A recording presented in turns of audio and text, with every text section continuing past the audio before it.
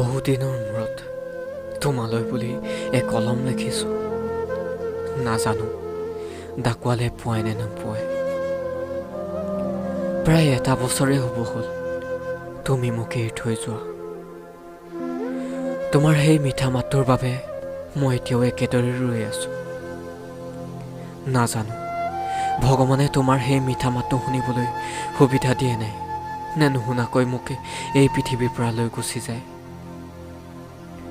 মই খুব ভালদৰে জানো তুমি যে এতিয়া বহুত ব্যস্ত।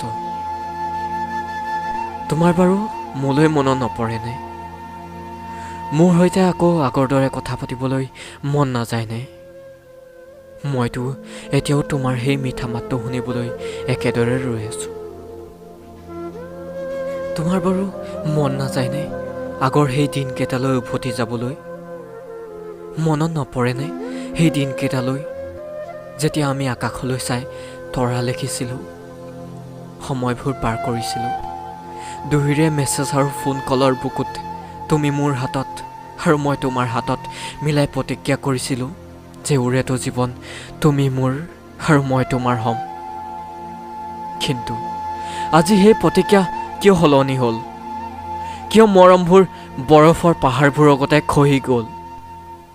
আচলতে তুমি মোক সুখ দিবলৈ নহয়, দুখ দিবলৈহে আহিছিলা। বহু কথাই কোৱা নহ'ল আৰু বহুত কথাও ক'বলৈ থাকি গ'ল।